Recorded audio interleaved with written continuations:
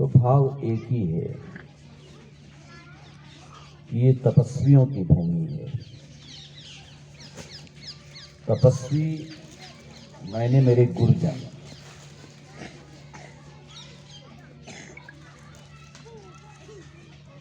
तो ये उनकी तपोभूमि है। उन्होंने तप किया, यहाँ विचरण किया। मुझे तो ऐसे लगता है कि उनके चरणों की सुवास, उनकी गंध सुगंध इस माटी में नित्य निरंतर है। तो मेरे हिसाब से यही मान्यता सबकी रहे कि हम अगर पटौदी में आते हैं, आश्रम हरि मंदिर परिसर में आते हैं, तो हम दिव्यात्माओं की चरण गंध सुगंध को लेने आते हैं। यहाँ का कण कण धन्य हुआ कि उन्होंने यहाँ विचरण किया, यहाँ वास प्रवास निवास रहा।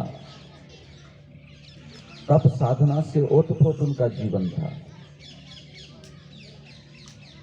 अब हिमालय में रहने वाले, हिमालय की कंदराओं में रहने वाले, बहुत कठोर साधना थी। वो साधक थे,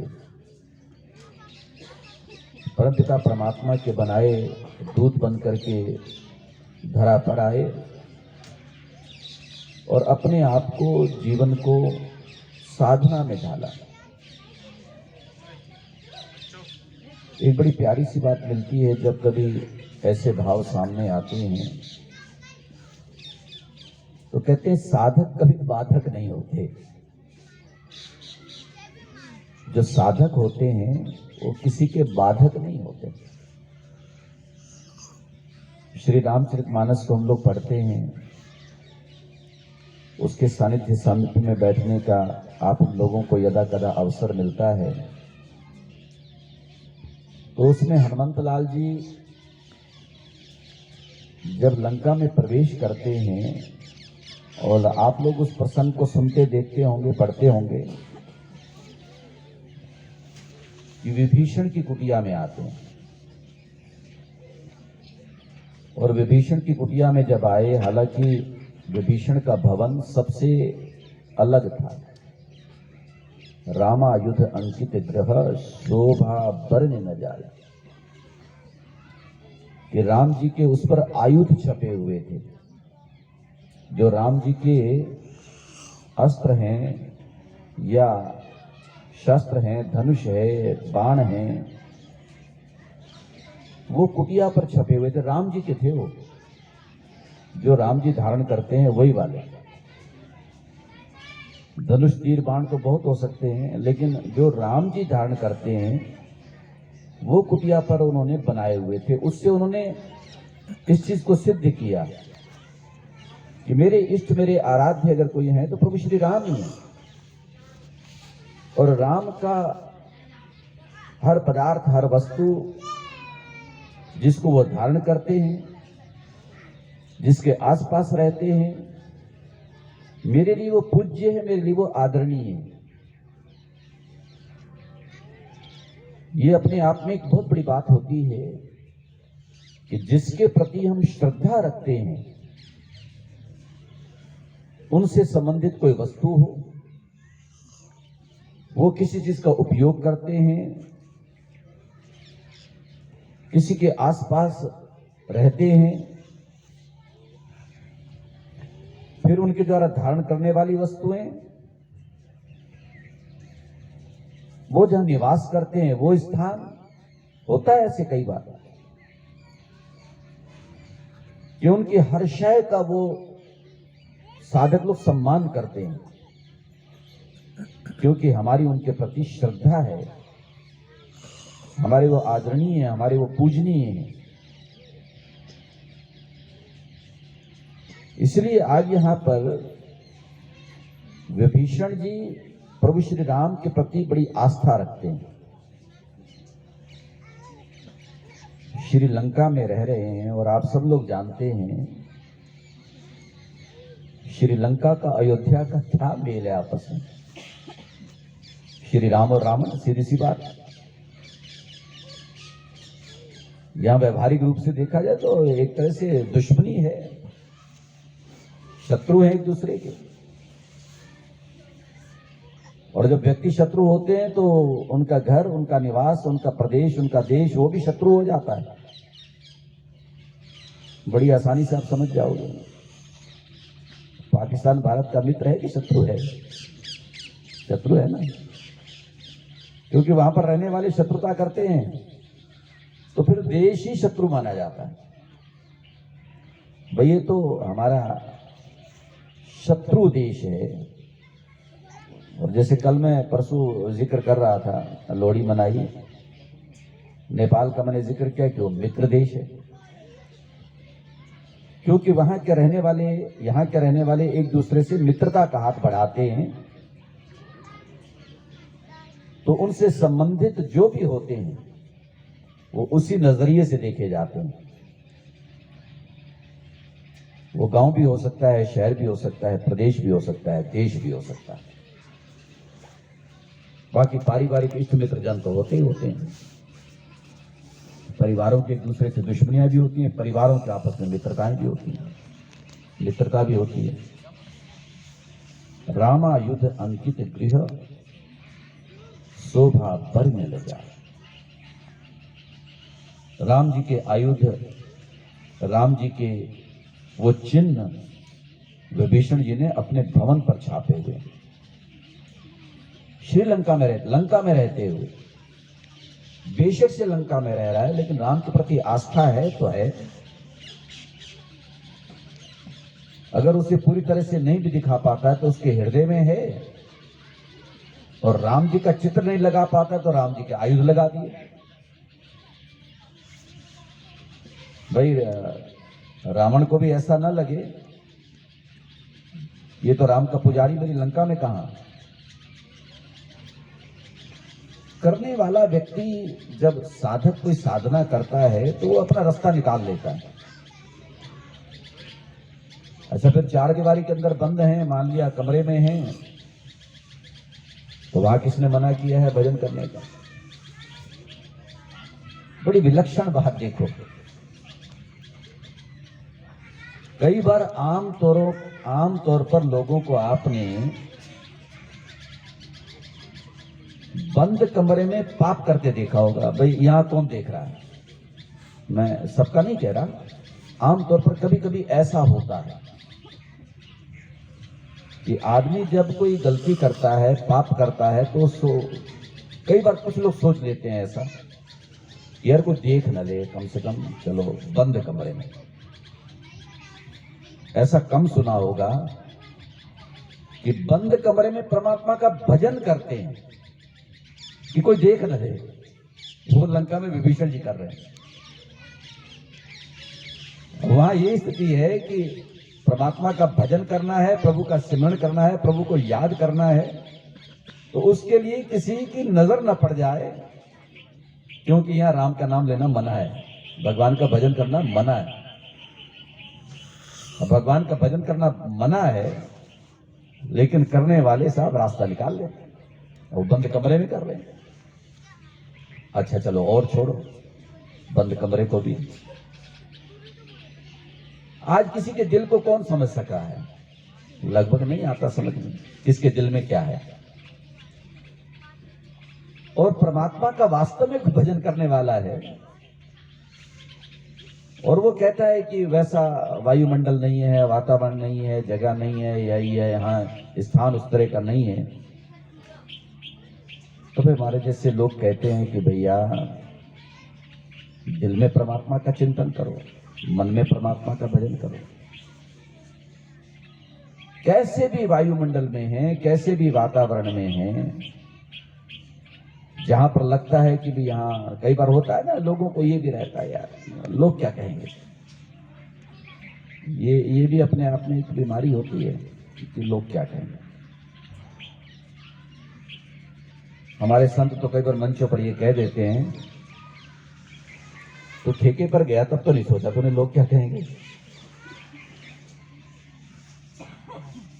और तूने कहीं गाली गलौज किया तब तो थोड़ी देर के लिए नहीं सोचा तूने लोग क्या कहेंगे। तूने असत्य बोला, झूठ बोला, तब तो नहीं सोचा कि लोग क्या कहेंगे। अनेक ऐसी बातें हैं, वहां ध्यान नहीं रहता कि लोग क्या कहेंगे। लेकिन किसी किसी व्यक्ति को रहता है कि मंदिर में जाऊंगा, तिलक लगाऊंगा, लोग क्या कहेंगे। बाजार में भगवान का भजन करूंगा, नाम लूंगा, लोग क्या कहेंगे। कुछ लोग ऐसा सोचते हैं। चलो, अब अगर व्यवहारिक दृष्टिकोण से देखा जाए, व्यवहार में कई चीजों का ध्यान रखना होता है। व्यवहार में किसी ऐसी सभा में बैठे हैं, किसी मीटिंग में बैठे हैं, तो ये नहीं हो सकता है कि हम वहां पर भजनी करने लग गए हैं, भजनी गाने लग गए हैं। एक मीटिंग चल रही है, एक सभा चल रही है, या फिर अनेक तरह की परिस्थितियां होती हैं सुख दुख की, कि उसमें आदमी उस तरह से, जैसे मैं कई बार कहा करता हूं ना कि किसी का जन्म हो तो वहां राम नाम सत्य है, कैसे बोलेंगे? नहीं बोल सकते। राम का नाम सच तो है, राम का नाम सत्य तो है, लेकिन वो भी हर जगह नहीं बोला जा सकता, रूढ़िवाद में आ गया। तो इस तरह से कोई भी चीज है, उसका उपयोग, प्रयोग, वाचन वो सब जगह नहीं हो सकता, व्यवहार सब जगह नहीं हो सकता। लेकिन हृदय के लिए कहीं मना नहीं है। आप अगर हृदय में परमात्मा का चिंतन करते हो, कैसी भी मीटिंग में बैठे हो, कैसी सभा में बैठे हो, कैसे ही देश में हो, किसी तरह के वातावरण में हो, लेकिन अगर परमात्मा का नाम आप लेना चाहते हो और अपने दिल में लेते हो, अपने मन में लेते हो, तो आपके मन में कौन घुस रहा है? आपके दिल को कौन देख रहा है? इसे तो कोई आज तक समझ नहीं पाया। सागर से भी गहरा अगर कोई है तो कहते हैं आदमी का दिल है। सागर की गहराई का तो पता लग गया, लेकिन आदमी के दिल की गहराई का पता नहीं लगा, इस दिल में क्या है। सागर में क्या क्या है ये भी पता लग गया, लेकिन आदमी के दिल में क्या क्या है नहीं समझ में आता है।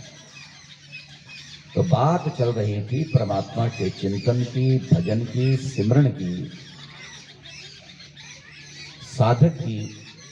वहां से विभीषण का सारा प्रसंग आ गया कि साधक कभी बाधक नहीं होते। हनुमंत लाल जी, ये बहुत प्यारी बात मुझे लगती है मानस में, कि वो लंका में गए, रामायुध अंकित ग्रह शोभा बरने न जाए।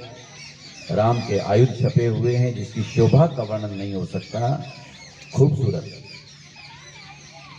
अब लंका के इतने बड़े बड़े महल हैं, पर हनुमान जी या गोस्वामी तुलसीदास जी, हनुमान जी कहते हैं, गोस्वामी तुलसीदास जी लिखते हैं कि जहां राम जी के आयुध है उसकी शोभा का वर्णन नहीं हो सकता।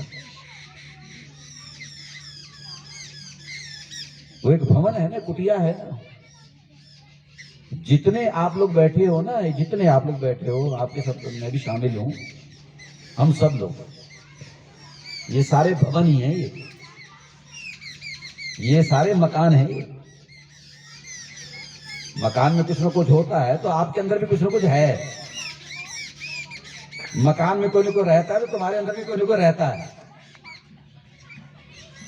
ये भगवान का सब भवन है, ये सब भवन है, ये मकान है। जो आपकी काया है, आपका कलेवर है, आपका शरीर है, इसे भवन समझ लेना, इसे एक मकान ही समझ लेना। लेकिन ये भवन सुंदर कैसे होगा कि इस पर कोई चिन्ह तो दिखाई देने चाहिए आपके इष्ट के, आपके परमात्मा के। पूरी लंका जो सोने की कहलाती है, सोने की लंका बोलते हैं उसे। मैं तो 2 बार गया हूं लंका में, कहीं सोना दिखाई दिया नहीं। तो पर होगा, ऐसी बात नहीं, कभी होगा। तो अब 9 लाख साल पहले की बात है ना। बताते हैं सोने के महल थे रावण के, इसलिए स्वर्णमयी लंका कहलाती है, सोने की लंका थी। अब सोने की लंका थी, सोने के महल थे, सोना सोना था। तो उसके अंदर एक भवन के लिए कहा गोस्वामी तुलसीदास जी ने, जो शायद सोने का भी बना हुआ नहीं था। रावण के महल तो सोने के थे, खूबसूरत तो वो होने चाहिए ना। लेकिन एक यूं समझ लो जैसे ये घास फूस की हम कुटिया नहीं बना लेते, गुफा है या कुटिया है, विभीषण तो ऐसे ही उसमें रहता था। लेकिन वो कहते हैं कि रामायुध अंकित ग्रह शोभा बरन न जाए। कमाल है गोस्वामी जी, सोने के महलों की उसका वर्णन नहीं हो सकता, महिमा को नहीं गाया जा सकता। आप अगर ये कहते तो बात समझ में आती है, लेकिन आप तो विभीषण की कुटिया का कह रहे हो, वो कुटिया थी, आप तो उस कुटिया का कह रहे हो कि कुटिया का वर्णन नहीं हो सकता। सीधा सा मतलब समझ में आ जाना चाहिए कि जहां पर प्रभु के चिन्ह है, प्रभु का नाम है, प्रभु का कोई न कोई स्वरूप है, जिस काया कलेवर में, जिस भवन में, जिस कुटिया में, उसकी शोभा का वर्णन नहीं हो सकता। सीधी सी बात, वही अवर्णनीय है, वही अवर्णनीय, उसका वर्णन नहीं हो सकता। वो अद्भुत है, अद्भुत है। इसलिए गोस्वामी जी को कहना पड़ा कि उस भवन का वर्णन नहीं हो सकता। इतना खूबसूरत, मिट्टी का था, सोने का नहीं था, पर उस सोने के महलों में भी मिट्टी का भवन उनसे भी खूबसूरत, क्योंकि उसमें कोई राम का भक्त रहता है। वो विभीषण था। लंका में रह के भी, लंका में रह के भी वो भगवान का भक्त, भगवान का सिमरन कर लेता है। इसलिए मैं निवेदन करना चाहता था, बताना चाहता था कि हनुमान जी ने वहां पर कहा, वो गोस्वामी जी ने लिखा कि रामायुध अंकित ग्रह शोभा बरन जाए, उसकी शोभा का वर्णन नहीं हो सकता, ये गोस्वामी जी ने लिखा। लेकिन हनुमान जी वहां पर क्या कहते हैं उसी भवन में जाके, कि वहां जब अंदर विभीषण जागा, क्योंकि ऊपर से देख रहे थे कि यहां अंदर कौन हो सकता है, तो राम राम तही सिमरन की ना, जब उन्होंने राम राम का सिमरन किया तो हनुमान जी समझ गए कि ये कोई राम का नाम ले रहा है, तो सीधी सी बात है कि राम का भक्त है। संसार में रहते हो आप लोग, अपने आप में कहते हैं इससे बड़ा और कोई विश्वास नहीं हो सकता। अपने आप में एक विश्वास है, ये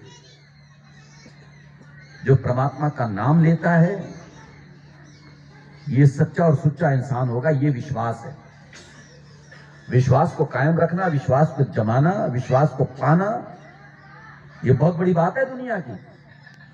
दुनिया में बहुत सारे लोगों को किसी पर विश्वास नहीं होता, और आज के युग में तो खास तौर पर विश्वास नहीं होता, विश्वास करने काबिल नहीं है इंसान, ऐसा बहुत सारे लोग कहते हैं, नजर भी आता है कई बार। लेकिन वहां पर हनुमंत लाल जी कहते हैं कि जिन्होंने राम का नाम लिया है तो ये राम का भक्त ही होगा, चाहे लंका में है, चाहे ये राक्षसों के बीच में है, और स्वयं राक्षस योनि में जिसने जन्म लिया है बेशक से, लेकिन ले तो नाम राम का रहा है। राम का नाम लेने वाला चाहे राक्षस ही क्यों ना हो, लेकिन उससे भी नुकसान नहीं हो सकता मिलने पर। राक्षसों को मिलूंगा तो कहीं हानि हो सकती है। तो बड़ा स्पष्ट लिखा हुआ गोस्वामी तुलसीदास ने कि एही सन हठिकारी हूं पहचानी, साधु ते होई न कारज हानि। एही सन हठी करी हूं पहचान, जिसने राम का नाम लिया, राम का नाम लिया तो एक तो ये सिद्ध हो गया है कि ये सज्जन है, साधु पुरुष है, साधक है। और साधु पुरुष से, साधक से जब मिलेंगे तो लाभ होगा, लाभ ना भी हो तो हानि नहीं होगी, नुकसान नहीं होगा, ये हनुमान जी ने कहा। तो क्या लगे यही सन हट करी हूं पहचानी, अब मैं जाता हूं, परिचय देगा नहीं तो जबरदस्ती परिचय लूंगा और अपना परिचय दूंगा, जान पहचान निकालता हूं, क्योंकि राम का नाम लिया है इसने, राम का नाम लिया तो इससे मिलने में, बात करने में कोई हर्ज नहीं है। अब बात नहीं करेगा तो मैं जबरदस्ती करूंगा कि मेरे से बात करो, मुझे अपना परिचय दो। यही सन हठी करी हूं पहचानी। क्यों? क्योंकि साधु के होई न कारज हानि, सज्जन पुरुष से मिलने से कभी कार्य में हानि नहीं होती, लाभ हो सकता है। हुआ हनुमान जी को, मिले, हुआ आपस में वार्तालाप हुआ, परिचय हुआ, पहचाना एक दूसरे को।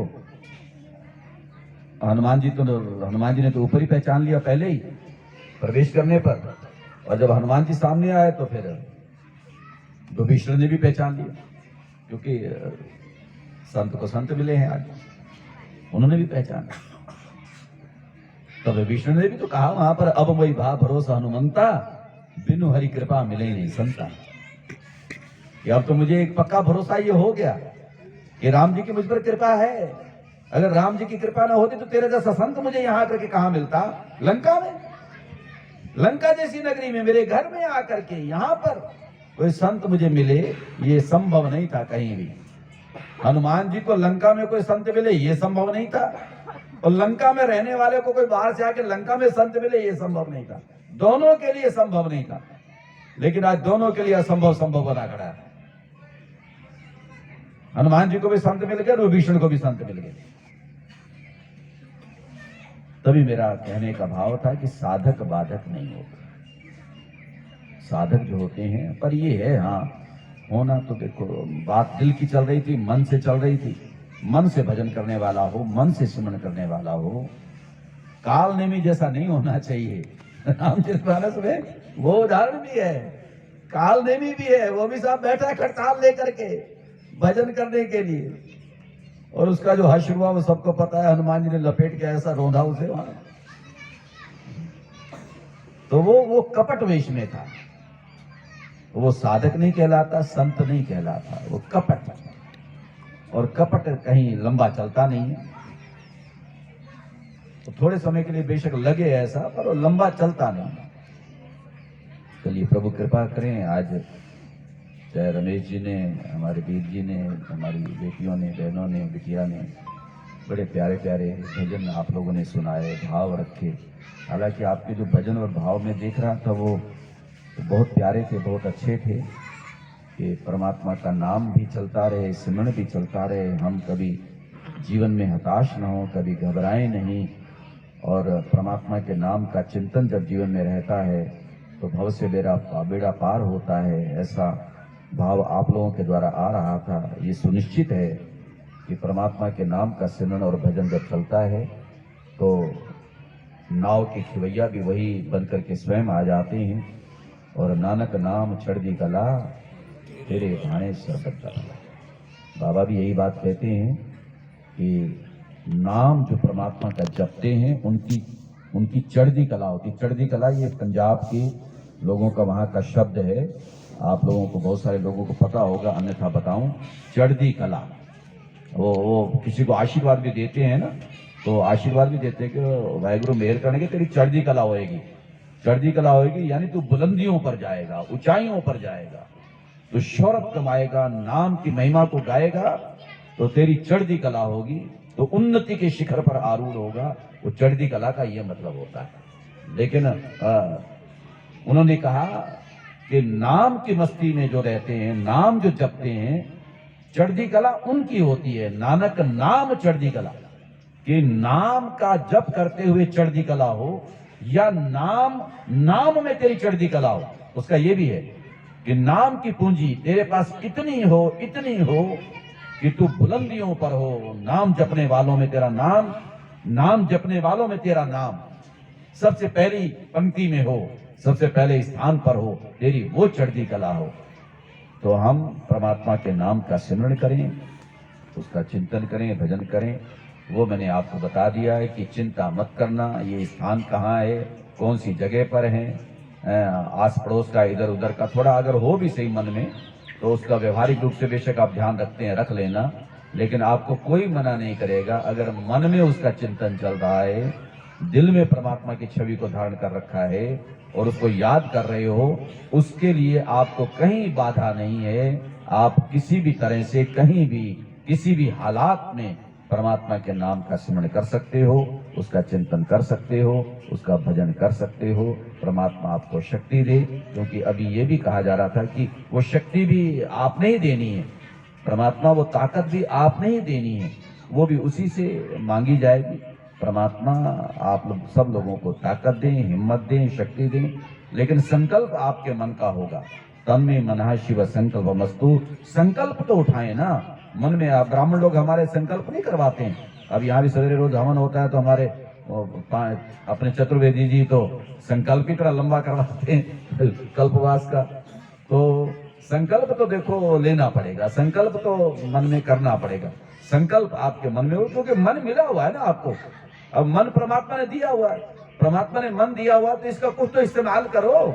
ये सारा वही करेगा, और इसका केवल इस्तेमाल कर लो कि संकल्प ले लो कि हमें अच्छी राह पर चलना है, अच्छे काम करने हैं, परमात्मा का नाम लेना है। संकल्प आप ले लो, और संकल्प को पूरा करने की शक्ति परमात्मा दे दे, क्योंकि शक्ति वो देगा, ये ठीक है। ताकत वो देगा, हिम्मत वो देगा कि हम उसका भजन कर पाए, उसका सिमरन कर पाए, उसके लिए समय निकाल पाए, तो वो ताकत परमात्मा देगा। लेकिन संकल्प आपके मन का, संकल्प मन में उठेगा, संकल्प लोगे तो संकल्प सिद्ध परमात्मा है, उसका नाम है संकल्प सिद्ध। कि वो संकल्प को सिद्ध करता है, संकल्प को सिद्ध कर देता है। अब संकल्प ही नहीं लिया, आपके मन में संकल्प ही नहीं है, तो फिर वो भी कहता है ठीक है हम तो दोनों दूर दूर, फिर तू भी दूर मैं भी दूर, कोसों दूर बहुत दूर, तो फिर मुश्किल हो जाएगा। इसलिए संकल्प तो आपको लेना पड़ेगा, मन में भाव तो आपको बनाना पड़ेगा। वो बन जाएगा तो भावग्राही जनार्दन है, वो भावग्राही हैं और संकल्प सिद्ध हैं। संकल्प लो तो संकल्प को सिद्ध करेंगे, भाव मन में बनाओ तो भाव को ग्रहण करते हैं, भावग्राही जनार्दन है। तो ऐसा आपको अपने जीवन में थोड़ा सा एक लेश मात्र बिंदु भर, तो वो तो शुरुआत आपको करनी होगी। बाकी फिर परमात्मा की कृपा करुणा, वो तो बड़े हाथ बड़े पैर उसके साहब, वो तो एक पैर से सारे वो मंडल को नापने वाले हैं, एक पैर से सारे देवलोक को नापने वाले हैं। उनका तो क्या कहना, उनको तो बड़े लंबे कदम है, एक कदम तुम बढ़ाओ भाई, एक कदम तुम बढ़ो, बाकी तो उसके बहुत बड़े पैर हैं, वो जरूर बढ़ाएगा और आकर के अपनाएगा, गले लगाएगा। परमात्मा कृपा करें। चलो बहुत बहुत दुआएं, बहुत बहुत शुभकामनाएं, मंगल कामनाएं। प्रभु की कृपा सदा सर्वदा आप लोगों के जीवन में बनी रहे, इतना कह के लेता हूँ विराम। जय श्री राम। सर्वे भवन्तु सुखिनः, सर्वे सन्तु निरामया, सर्वे भद्राणि पश्यन्तु, मा कश्चित् दुःखभाग् भवेत्। ओम शांति शांति शांति।